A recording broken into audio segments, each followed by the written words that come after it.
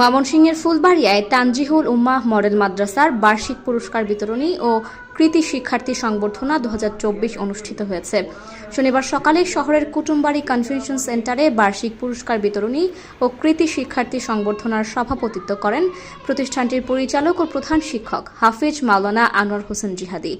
অনুষ্ঠানে Bangladesh kindergarten developer association কর্তৃক গত বৃত্তি পরীক্ষায় উপজেলায় প্রশংসিত ফলাফলের জন্য তানজিহুল উম্মাহ মডেল মাদ্রাসাকে বিশেষ সম্মাননা প্রদান করা হয়। অ্যাসোসিয়েশনের পক্ষ থেকে সম্মাননা স্মারকটি হাফেজ মাওলানা আনোয়ার হোসেন জিহাদিকে প্রদান করেন বিকেডি এর বিভাগীয় প্রধান খান মোহাম্মদ কামাল পাশা।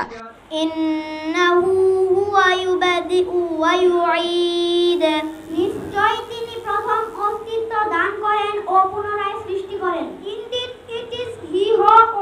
এর আগে শিক্ষার্থীরা 3 ধাপে পবিত্র কোরআন তেলাওয়াত, সূরা আবৃত্তি, দলীয় সঙ্গীত ও বক্তৃতায় অংশগ্রহণ করেন। অনুষ্ঠানের প্রধান অতিথি হিসেবে বক্তব্য রাখেন কাতলাসেন কাদেরিয়া কামিল মাদ্রাসার উপাধ্যক্ষ আব্দুল্লাহ বিন সুরজ।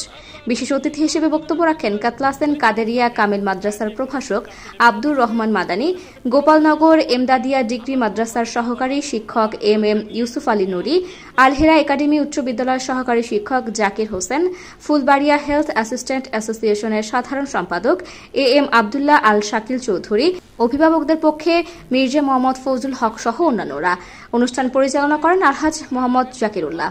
সভাপতির বক্তব্যে হাফেজ মাওলানা আনোয়ার হোসেন জিহাদি বলেন, তানজিহুল উম্মাহ মডেল মাদ্রাসা প্রতি বছরের ন্যায় এ বছরেও তাদের ধারাবাহিক সাফল্য অর্জন করে যাচ্ছে। এতে 13 জন শিক্ষার্থী ট্যালেন্ট পুলে ও 26 জন শিক্ষার্থী সাধারণ গ্রেডে বৃত্তি লাভ করে।